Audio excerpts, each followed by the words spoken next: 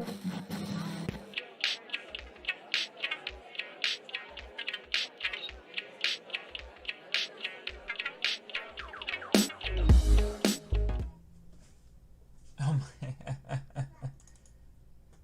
see. Good morning, Fancy Meat Computers. Let me just edit this transform for a moment. Yeah, that's approximately correct.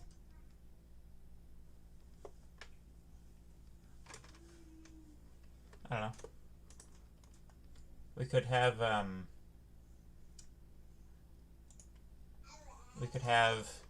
Mr. Moore's lecture in ultra widescreen. Ultra widescreen. No? Just regular widescreen? Okay, we could do just regular. There we go.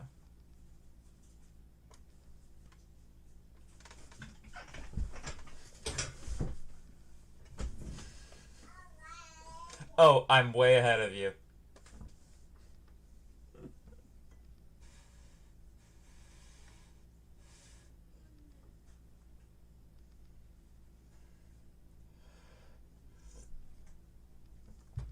What I really need to do is I need to write a script that like constantly updates the like increments the width like very slightly as the thing is going on, so that I sort of oscillate between widths during lecture. I think that would be the best use of my time.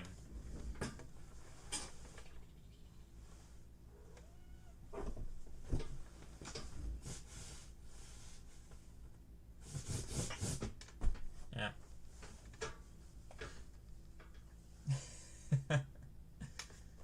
Yeah. Hello, everybody. If my voice is a little off today, if I sound a little nasally, that's because I'm getting over a cold that I had over the weekend. Whole household did, including the baby. My goodness.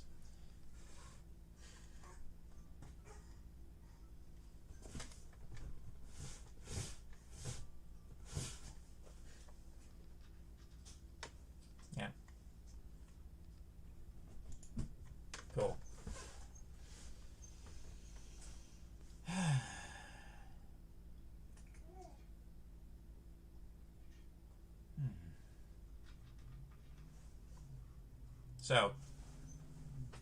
So I have a feeling that we're not going to be able to fill the remaining time with the stuff we have here. So I was thinking that we could pull like one interesting topic related to C programming from the 1x C3 material, if you guys are interested in it. I'll just put up a couple of random topics, and maybe we'll go by democracy.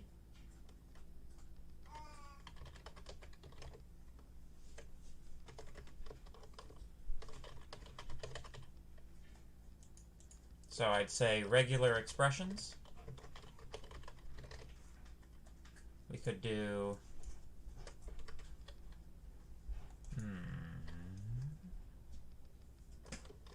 shell scripting. We could do a little bit of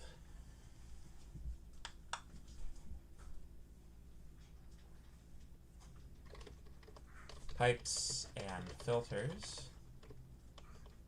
And that's probably enough options.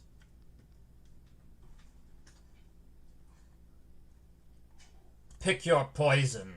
All right.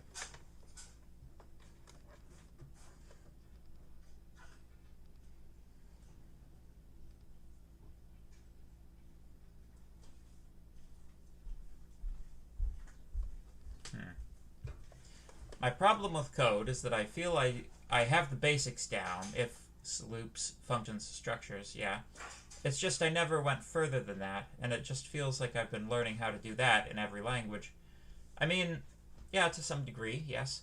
That's certainly the that's like the good entry point, right?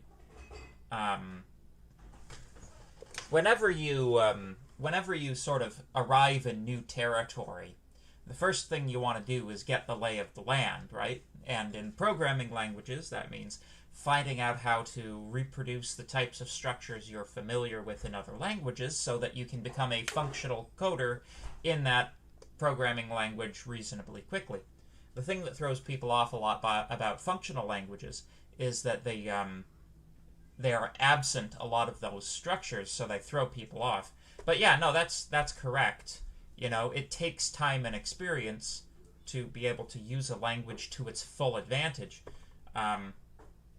You know, to a beginning programmer, or not that you're necessarily a beginning programmer, but like to a person who's sort of at the level that you're specifying, you know, primarily interested with, shall we say, the basic constructs.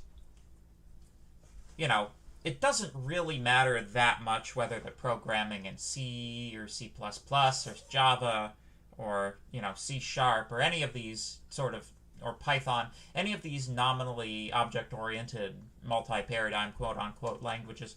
You know, it's sort of 6 to 1, half a dozen to the other most of the time. Because you really have to get to an intermediate level to start needing the constructs that are unique and specific to the language that you're using. So like a general purpose language for most people is a general purpose language, you know? But yeah, anyway. The real test of, you know, whether you're a true coder, whether you're a true gamer, is can you pick up a new language quickly? Like, how long does it take you to go from like hello world to like, you know, something like shell sort, or even something like parsing? But again, every language has different advantages and disadvantages by design. But yeah, all right. So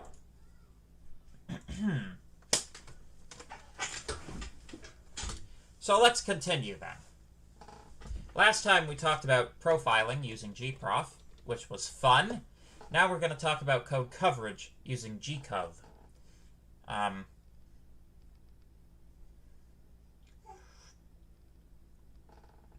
Hey, just wondered, is there any practice on the material covered after assembly as we had no assignments on it? Just saying shell sort is giving me PTSD. PTSD dog meme. I'll share with you a sneaky little secret that hopefully won't tank the viewership on this lecture.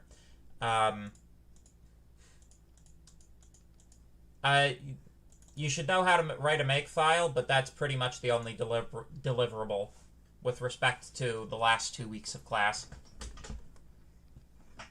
I've been telling you a lot of this primarily for your own information. But if you want to practice making a makefile, just, you know, make makefiles for some of the assignment projects. If you really want good practice with makefiles, now that I think about it, I think I kept I think I put the labs from 1xc3 up. Yeah, I did. So if you go into Avenue on content, and you take a look at the labs, it's under resources 1xc3 labs, and I believe it's lab 7? Yeah, lab 7. If you go through lab 7 and do lab 7, then that's highly excellent.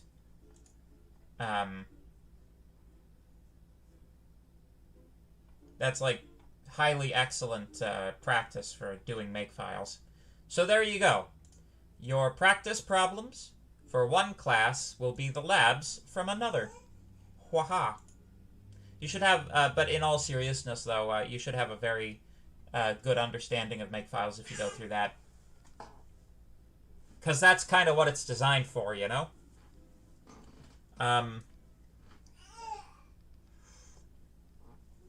So, anyway.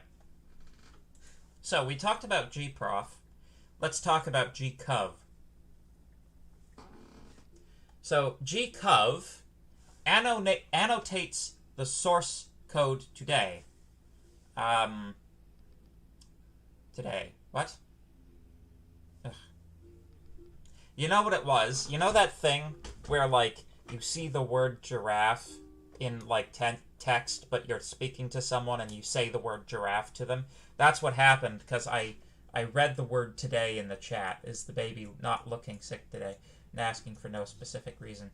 No, the baby is recovered quite nicely. He's still, you know, as all of us are, still sort of expelling some of the junk from our system, but we are no longer at the point of active infection, I would say. You know, it's like, we're in the nose-blowing cleanup phase. But yeah. Will there be more practice questions posted for the final, similarly to the midterm? Why, yes, in fact, we do have a practice exam that we're working on as we speak. As we speak, the course material gremlins are hard at work underneath my desk, hitting it with a hammer to see that it gets into the right shape for release. Yeah, we are going to be releasing practice question for the exam. So, GCOV. GCOV will annotate your source code itself with various pieces of information, such as how often each line of code is executed, what lines of code are actually executed, and how much computer time each section of code requires. GCOV is fantastic to use in combination with testing because it will give you, it will tell you whether your tests have full coverage of the source code. So I should talk a little bit about coverage testing. So let's imagine you have a program that you're trying to test, right? And it has an if statement inside it. That if statement has, say, 4 different branches, right? So it's like if else, else, right? Technically speaking, in order for this to be, in order for your testing suite to achieve what's called full coverage testing, each one of those branches of the if statement has to be exercised. That is to say, at least one test must activate each branch of that if statement. So the question is, how do you tell? Because sometimes it's not easy to tell these things. And that's where GCOV comes in. GCOV stands for G coverage. It is a tool that's designed to help you determine whether or not your testing suite has covered your entire program. If you're wondering whether or not these programs are actually used in industry, by the way, last summer when I was putting all of this together, I had a TA who was working with me, who I had worked with before, by the name of Mark Daniel. He was TAing for me while simultaneously working a co-op position for IBM.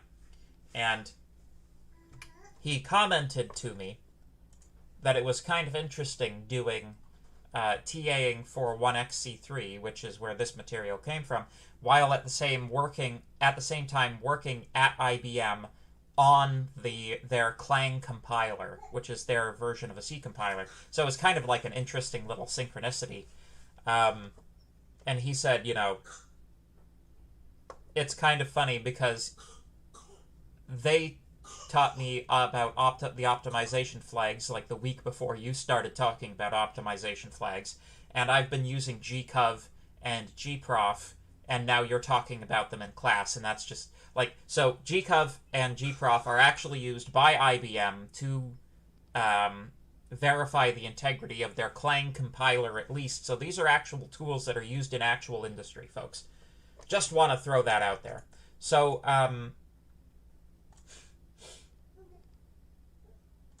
So, with respect, let's fire this puppy up and see if we can get an example of GCOV working.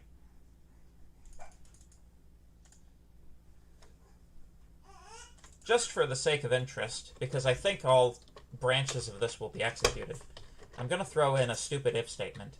So if 1 is equal to 1, we'll execute this print statement. Otherwise, we won't do anything.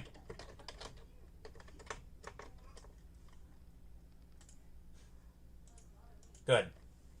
In order for results to be meaningful, however, we can't use compiler optimizations since they change the source code. Right, so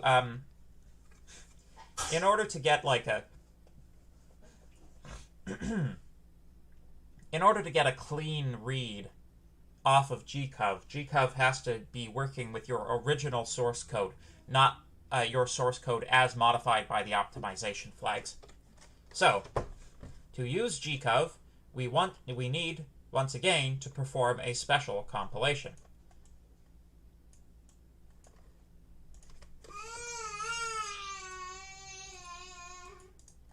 Felix agrees.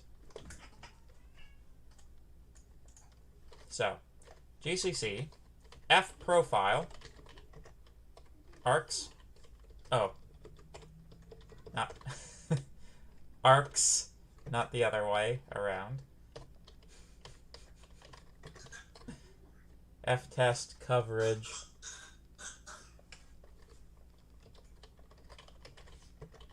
And that's fib.c.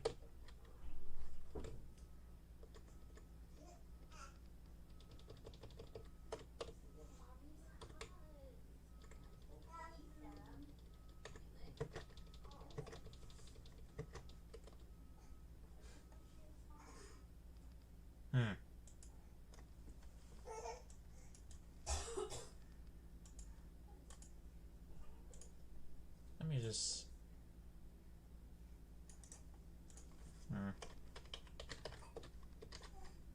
Now that's less helpful than it could be. Ugh. How irritating.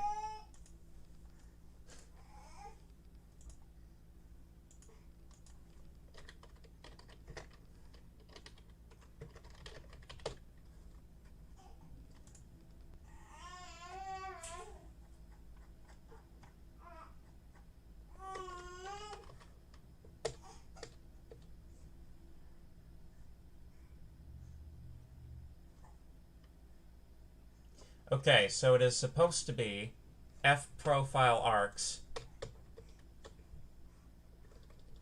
and then f test coverage. I could have swore that's what I had before. Okay, so it's there's a space here, but no space here or here. Okay, that's a bit confusing. But we made it through in the end. So, now, we take the resulting executable file and execute it. This will produce a .gcda file which contains the profiling data. So we execute. Bing, bang, boom.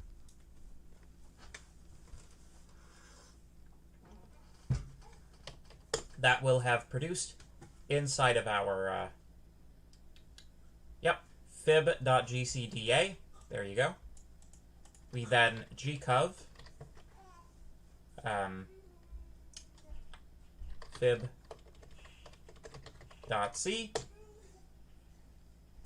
There we go. Lines executed. So we then we now have fib.c.gcov, which has been generated. So if we take a look at that with getIt, fib.c.gcov, then you can see, ta-da, it tells you how many times each line of code has been executed. So you can see this line of code has been executed quite a large number of times. But interestingly enough, you can see that, you can see some interesting things about the structure of the program when you break it down like this. For example, the bit that invokes the two recursive calls is happening, like, almost exactly half of the instances, like, what am I trying to say? The execution of this algorithm between these two branches is split about down the middle, which is not necessarily something you would expect. But essentially, that's kind of the same thing as saying, like, if you were to think of the execution of the Fibonacci numbers as a branching tree, there are as many leaf nodes in the tree as there are half as many leaf nodes in the tree as there are nodes in the tree, which is kind of interesting. But you can see that this stuff is executed once. If we were to put something a little more interesting in here, it would give us something a little more interesting back. Give me 1 second. Print F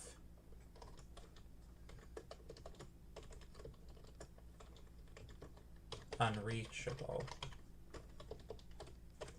It's probable that CPP check would give us a warning about this, that it is unreachable.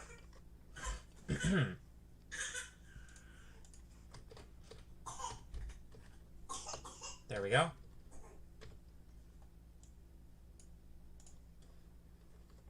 Execute.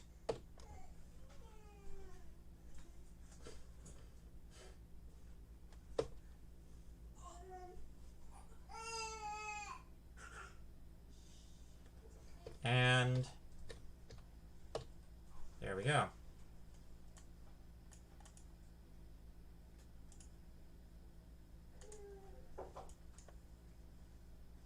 So, well, I guess it's just not gonna work for me. But I've seen it do, like, fill this space with hyphens when you have a test that, like, literally doesn't execute. But anyway. So yeah, so that's how you tell whether or not your code is actually being executed and how many times. So again, it takes a little bit longer to generate this information because it's more information, right? It's breaking it down by the line of code rather than by the function. So where gprof can be used to identify hotspots where you would want to apply optimization on a function-by-function basis, GCOV allows you to do that at a much finer level of resolution, at the level of, like, if statements and while loops themselves. You can look at the number of times each individual statement has been executed, which is kind of cool. Oh my goodness. So, oh yeah, there it is. So if you get these pound signs, that indicates that the line was not executed, i.e. that was not covered. So the goal of coverage testing is to make sure that your source code doesn't have any of these pound signs in it. So there you go. Any questions?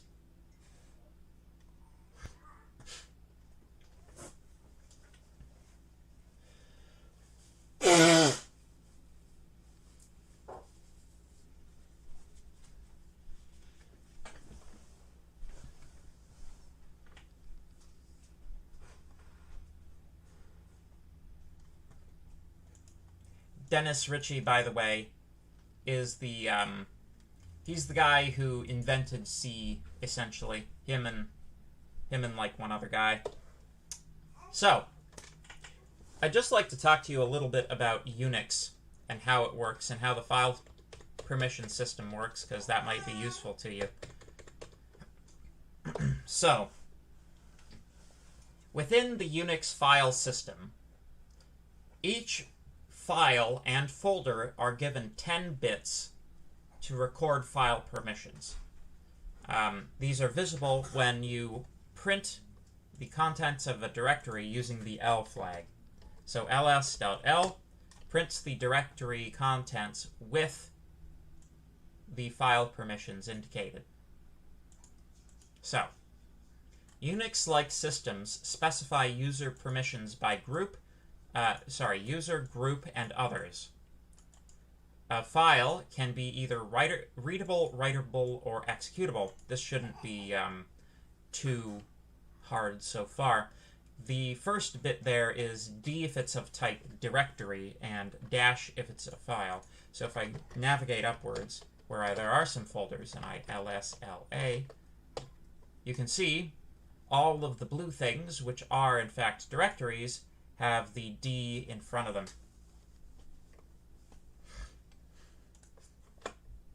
So, file type only specifies whether an item is a file or a directory. If it's a file, you would then want to look at the file extension. User, so the user here, right, if we take a look, we've got, you see it's got nick, so that is owner and group. So my username on this computer is Nick. I'm also because this is my computer, there is only one user on this computer, it is me. So I am a member of a group containing only myself. So each file has an owner. This bit specifies the permissions for that owner. So the user, so basically I have certain privileges as the person who created the file. Those privileges are distinguished from the privileges of the people who are in my group, and that is distinguished from the privileges of people who are outside of the group I'm in.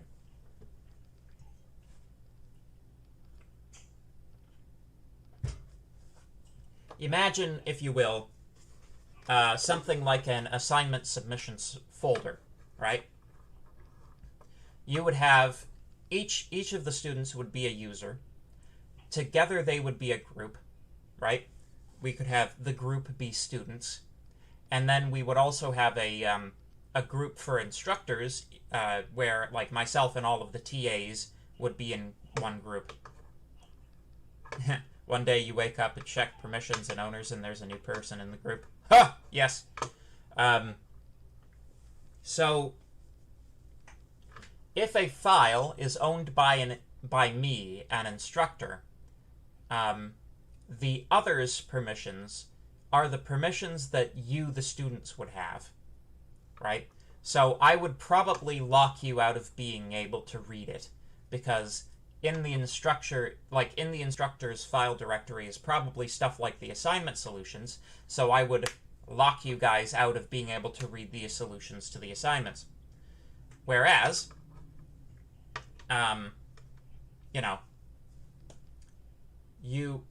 I would probably give myself permission to view all of the contents of your directories, because, minimally I need to mark your stuff, right?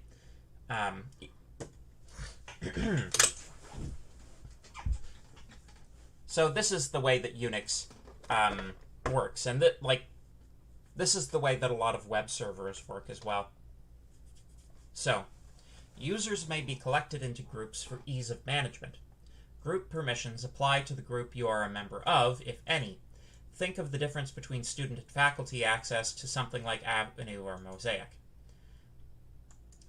Others are permissions for everyone not in the first two categories. So, if you're trying to do something in Unix or Linux and you get a permission denied error, that means that you don't have the correct level of privilege for the operation you are trying to perform. There is only one way around this: invoking superuser. So, superuser is a special mode that gives you administrator privileges. In order to give yourself temporary superuser privileges, you have to be on a predetermined and predefined list of people that have those privileges. So it's like, unlike certain other operating systems, you know, like Windows is super annoying with the user account protection thing. It's like, do you want to run a file? Yes. Do you want to run a file? Yes. Do you want to download a file? Yes. It's like, are you sure you trust this file that you just downloaded? Yes. You know, it's like, Jesus Christ.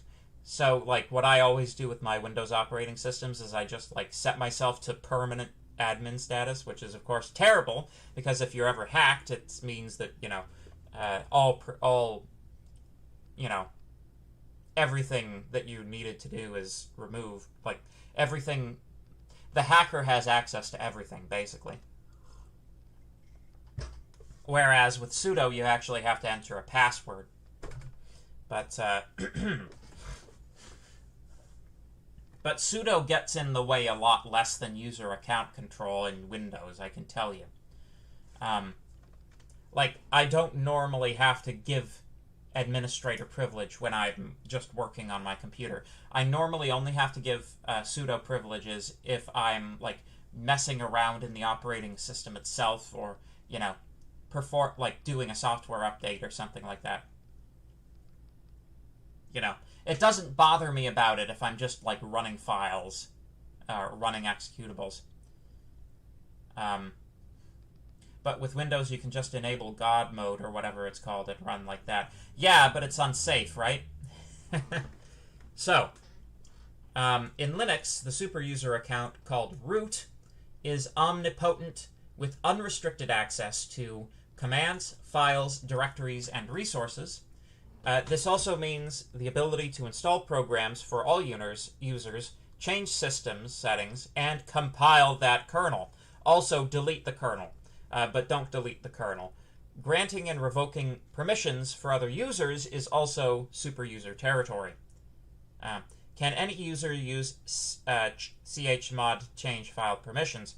I believe you can do that within your user group, or within your user, but if you try to do it externally, then it'll want you to have superuser privilege.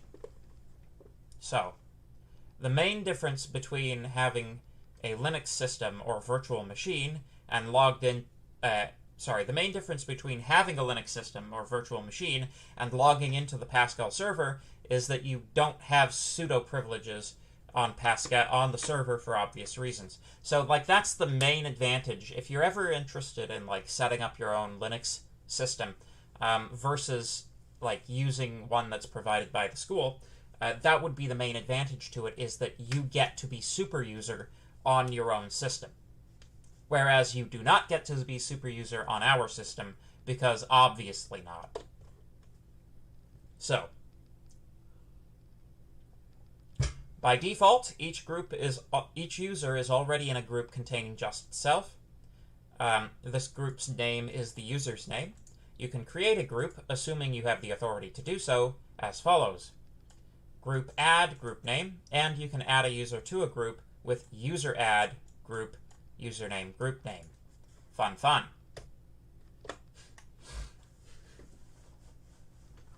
Modifying permissions via chmod. So this is what you were asking about.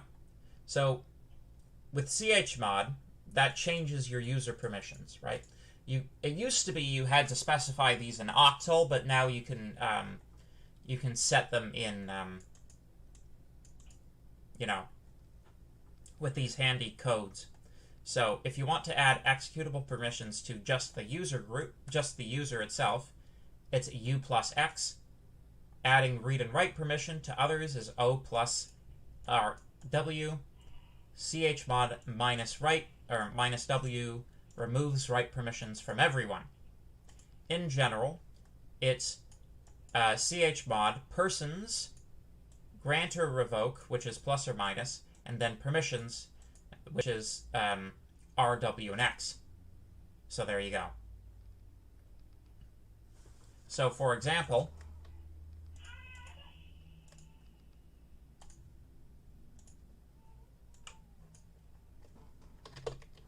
if I want to, for example, make a new shell script, touch script.sh, and chmod plus x, give user plus, actually, let's give all plus x to script.sh. You can see I didn't need sudo privileges to do that. There we go. And you can see script.h has executable permissions enabled for all users. So I didn't need permission to do that because I'm making modifications within my user directory. If I were making modifications like that in root space, that is to say in like the operating system directories, then I would need sudoing permission. So, every file belongs to both an owner and a group. The chown command changes file ownership. So, you to change a file name to have a particular owner and group, you say owner : group in quotes. If you want just the owner, you specify just the owner. If you want just the group, you do : and then just the group. So there you go. Any questions? If you're looking for a Linux reference, there you go. This is some good Linux reference right here.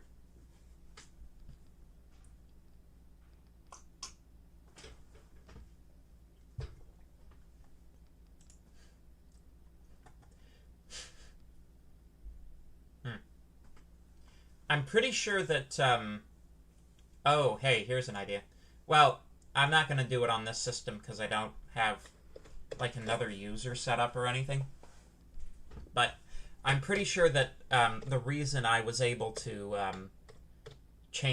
the reason I'm able to modify, now that I think about it, I think the reason I was able to modify the permissions of the file was because I owned it.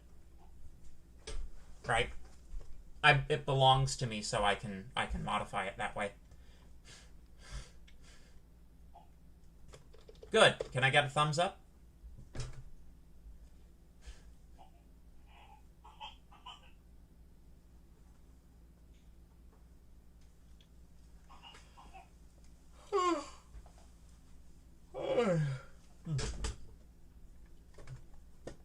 So, let's see. We're tied for pipes and filters or shell scripting. Great. There are 16 people watching, so I want one person to break the tie, please.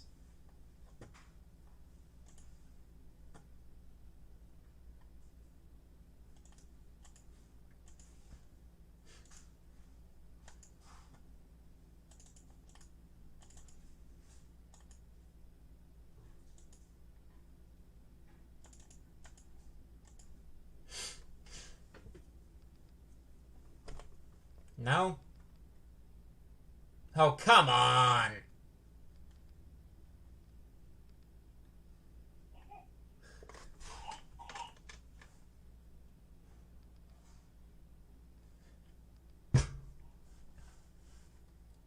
My goodness. Alright. Well, I'm just gonna pick one then.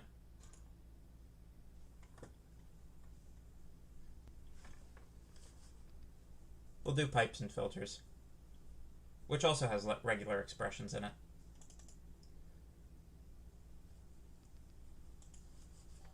So,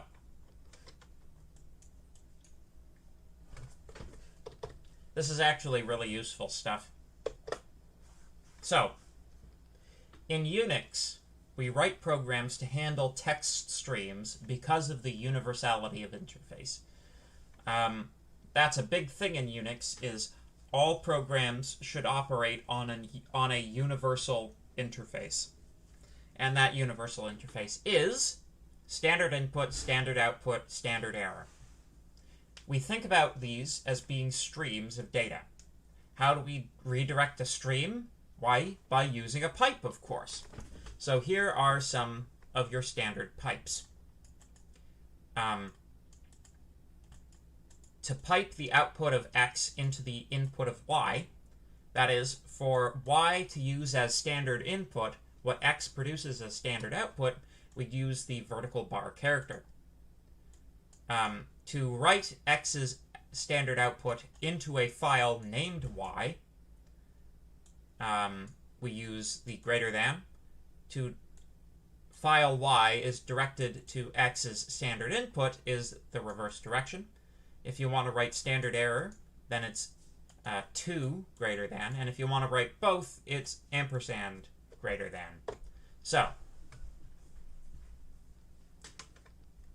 let's take a look at this. Let's try some out.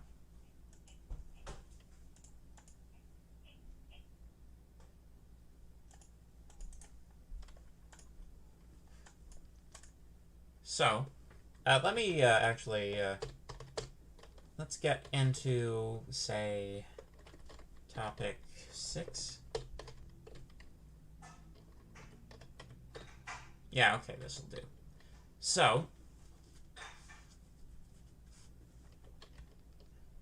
if I want to redirect this output into a file, all I have to do is say put the greater than sign out and then specify a file name like output.txt. You'll see output.txt is created, and we can take a look at it. And it's what we expect it is. Very good. If you want to pipe that directly to another command, like say less, which is a viewing application, then you just pipe it to less. All right? If you want to retrieve the third line of a file, you can cat output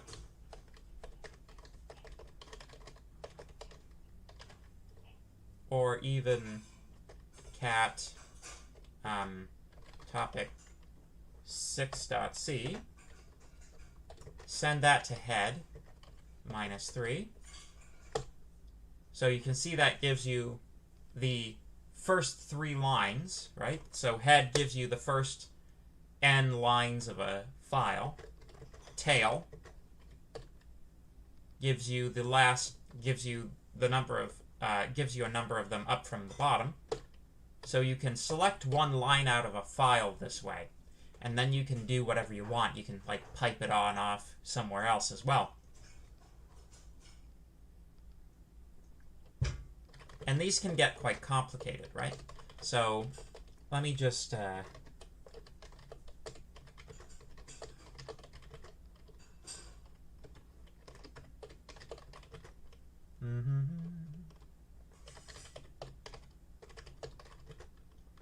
topic 4. There we go.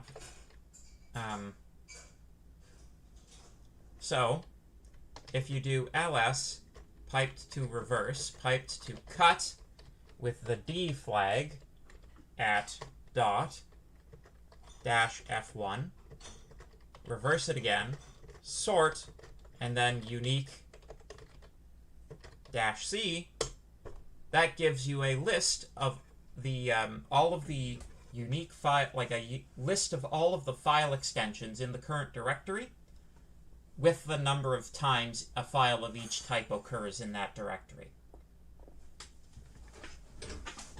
Which is kind of cool.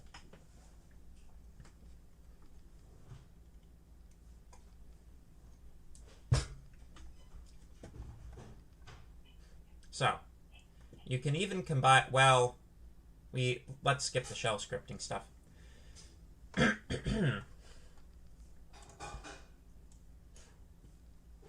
Redirecting to arguments with xargs.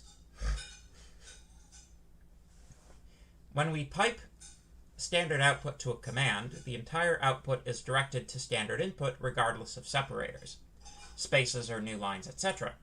What if the command we want expects its input by argument rather than by standard input?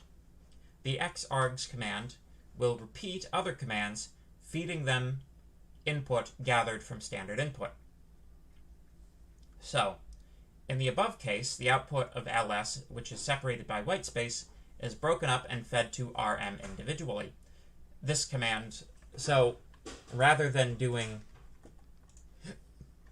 rm, ls gives you all of the file names, right?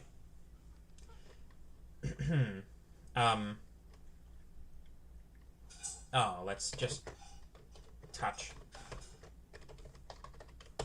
There we go. So, touch is missing a file operand. It doesn't take input from standard input. It takes it from the command line. So if we say xargs, there you go. So xargs changes the standard input stream into a command line stream, or an argument stream. Therefore, if we take a look, you'll see that everything in this, everything in here has had its timestamp updated to, the current time and day, except for these guys. So what's the deal with these guys? Well, I'm so glad you asked. The spaces here throw it off. Essentially, in order to do this, we need to figure out a way to deal with white space.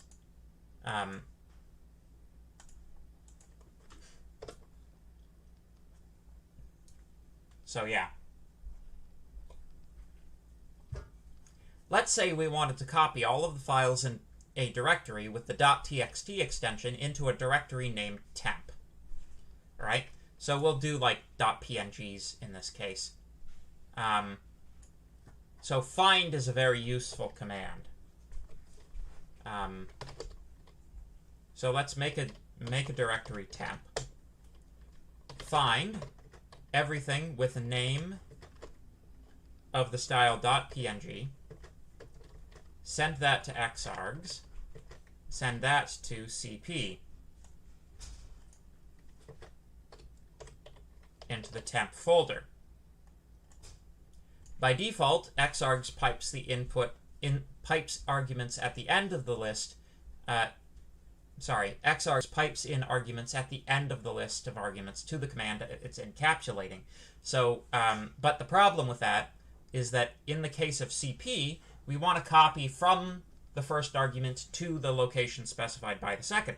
So what we do is we specify the I flag, which lets us select where and how many times the argument will be inserted into the command. So, if I say xargs-I, which stands for insert, specify an insert character, x, and then put it here. Paths must precede the expression.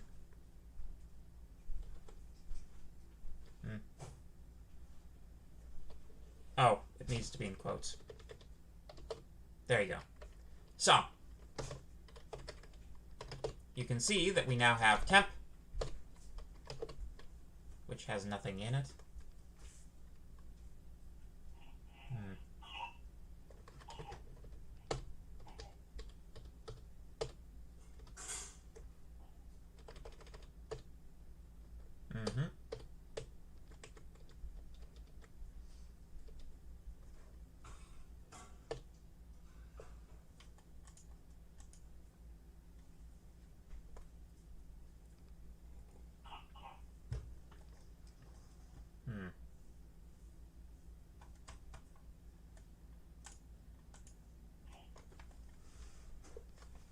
That should have worked. Let's see.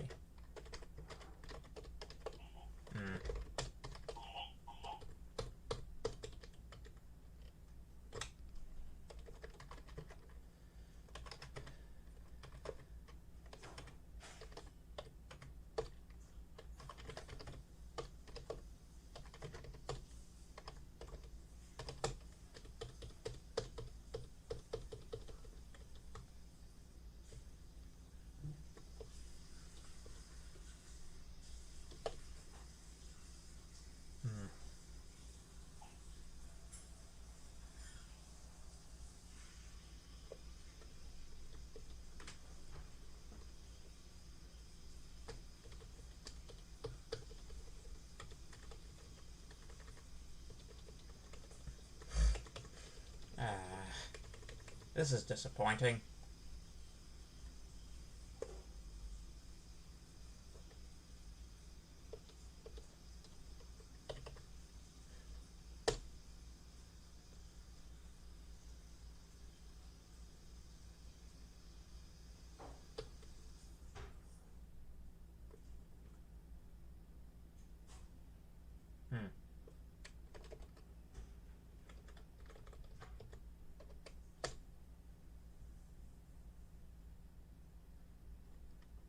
Oh.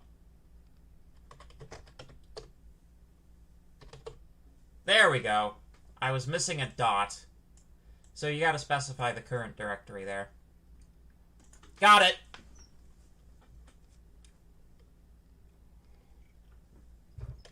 I think I was, like, specifying that to dump everything in a folder in root. Let's see here. Do I have a temp folder here? Yep, there are all my files. It was copying them, just not to the right place. Good lord. Alright. Remove all .png from my system's temporary folder. Yup. Ha! That is Linux for you. Forget one character and it's like dumping it all in exactly the wrong place. It was tricky though. Like it was like, okay, but why am I not seeing an error if it's not succeeding? You know, because I should have been seeing an error. Anyway, so tomorrow is our last class. Woo!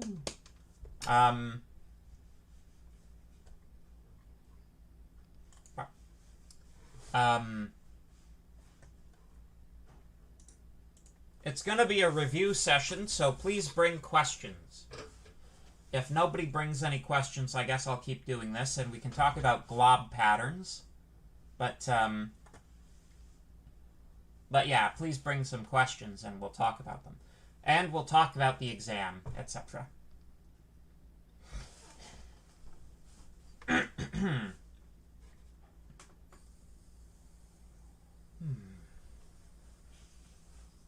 Ethan is sad. Are you so sad? Are you sad because it's like exams are next?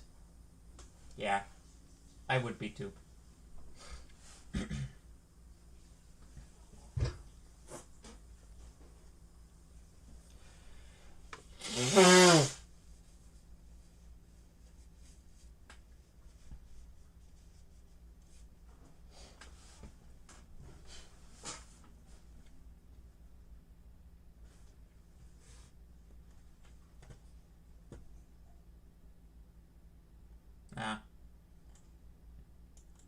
Yeah, 2 MP3s.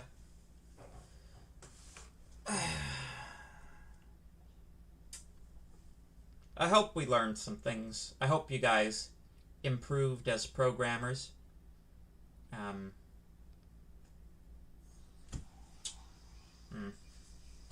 But yeah.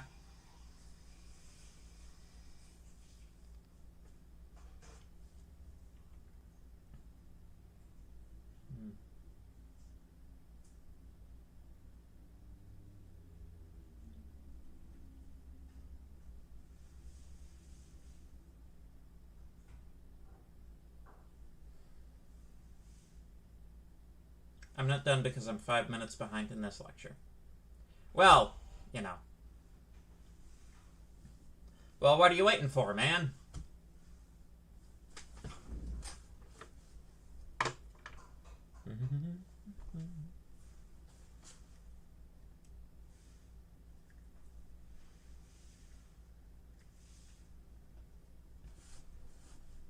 So I'll tell you, the 1xc3 crowd hated the lab that was based on this material.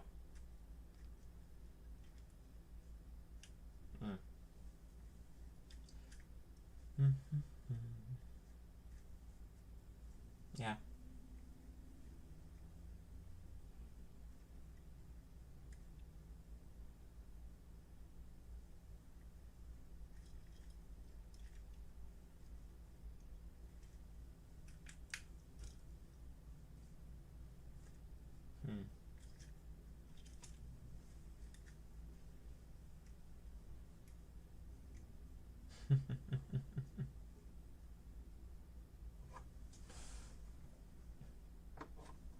Yeah.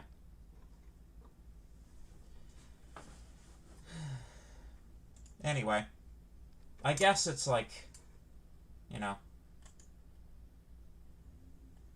coding is something. I feel like I am doing good in the course, but also feel like I know nothing. Good!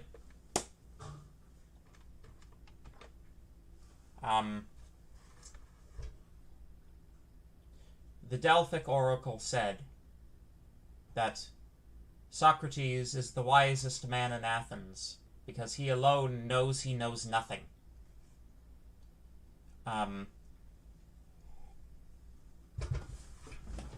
This is good. I think that you should you should always come away from a course thinking you know less than when you started.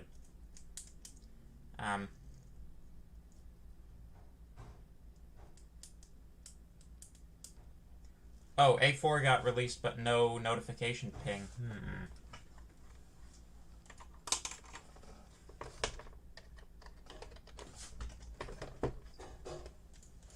Yes, good. Let me take a look, see how y'all did.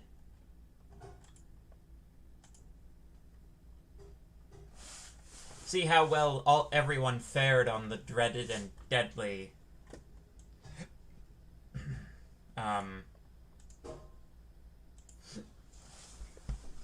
Pardon me.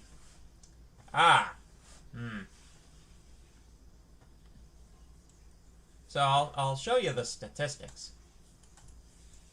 Bonk. So the average was a 62. That's not zero adjusted. Let's see here. What's the 0%? 4 users. Where's my calculator? I'm sitting at a calculator. So 4 users. So it's 112 times 62.3 divide by 108. So the actual average is like just under 65%. So might have been that hard question, eh?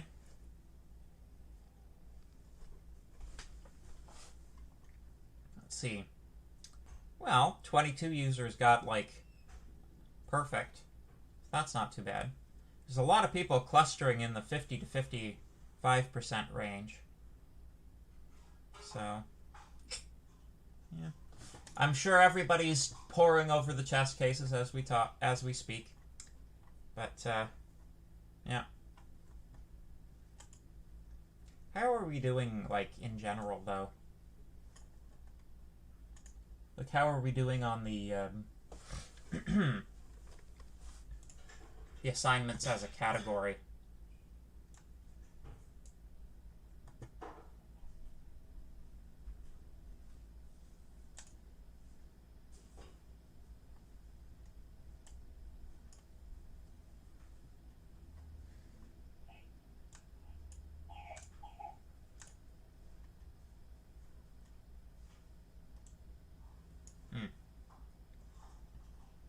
Right.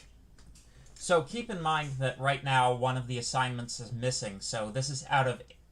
This looks bad, but it's actually out of 80.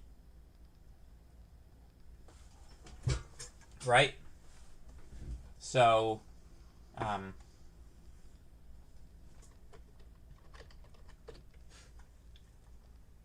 so 62.06 divided by 80. So right now the class average on the assignments is a 77.575%, which I think is pretty good, actually. Is the exam harder or easier than assignment 4? Oh, I wouldn't give you anything like the parsing question on an exam. No, that's assignment level material because it takes time to work through a solution like that. But yeah, actually, I'm pretty pleased with that. As as grade statistics go, I'm not dissatisfied with that. Because you know me, 77% is a B, and a B is what most people should be getting, or at least that's what the average should be a 75, technically, so I'm being a little generous. Combine that with, oh, wowie, yes, lots of people. The test, everybody aced the test, so y'all should stop complaining, that's what. How many people have 80%? Oh, that's a question.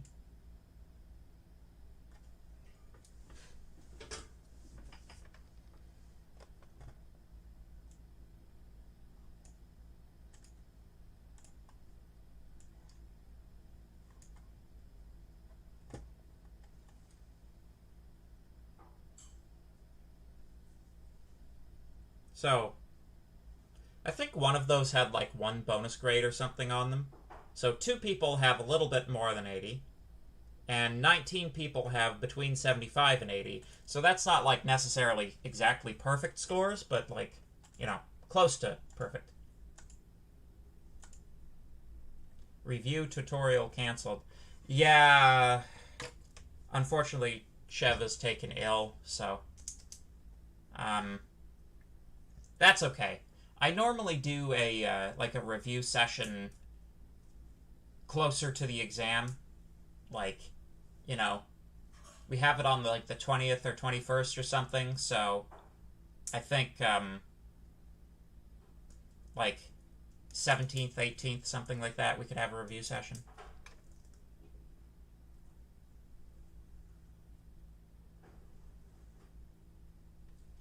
I used a define statement in A4 so that it accepts more than 8 words if I wanted.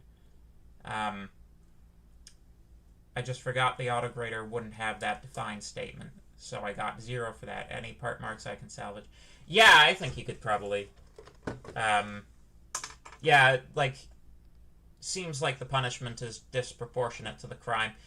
Email Jala about that, please. Cool. Well, anyway, I'm gonna log off here then, I guess. See y'all tomorrow. Bring your questions to the review session, and have a good rest of your Monday. Bye.